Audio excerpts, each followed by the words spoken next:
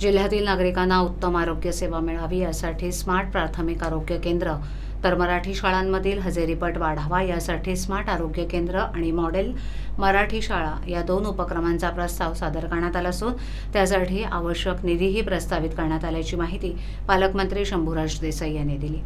जिल्हा नियोजन समितीची बैठक आयोजित करण्यात आली होती। त्यानंतर आयोजित पत्रकार सभेत त्यांनी ही माहिती दिली।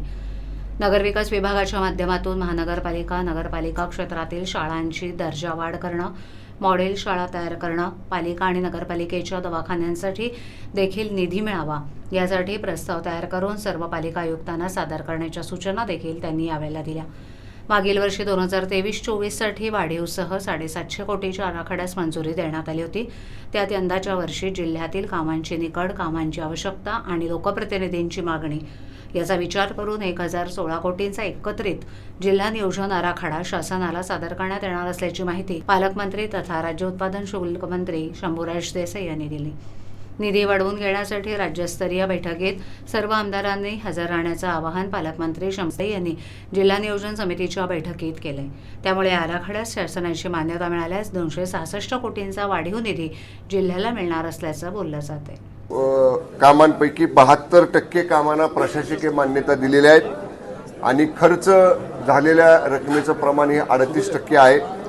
परंतु उर्वरित ज्या प्रशासकीय मान्यता आहेत त्या तात्काळ लवकर देण्याचे आदेश आजच्या बैठकीमध्ये मी दिले आणि खर्चाचंही प्रमाण, कारण आता जसे जसे पूर्वीचे कामं झालीत त्यांची देयकांचे प्रस्ताव येतात त्याप्रमाणे निधी वर्ग केला जातो, पण एकही काम हे 31 मार्चच्या आत निधी परत जाणार नाही, पूर्ण 100% निधी खर्च केला जाईल अशा पद्धतीचे सक्त निर्देश आज प्रशासनाला या ठिकाणी मी दिलेले आहेत।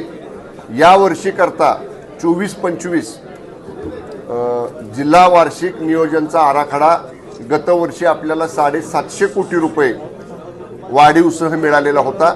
यंदा शासनानं 635 म्हणजे दरच वर्षी तसं असतं 635 कोटीचा आराखडा करायला सांगितलेला आहे।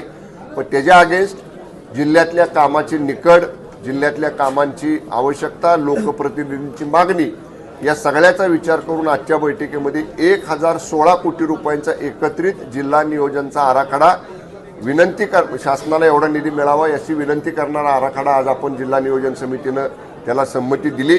उद्याच माननीय उपमुख्यमंत्री आणि वित्तमंत्री अजितदादा पवार साहेबांकडे राज्यस्तरीय वित्त नियोजन समितीची बैठक आहे, ज्याच्यामध्ये प्रत्येक जिल्ह्यातल्या प्लॅनवरती पालकमंत्री त्या जिल्ह्यातले आमदार खासदार यांच्याबरोबर चर्चा होते।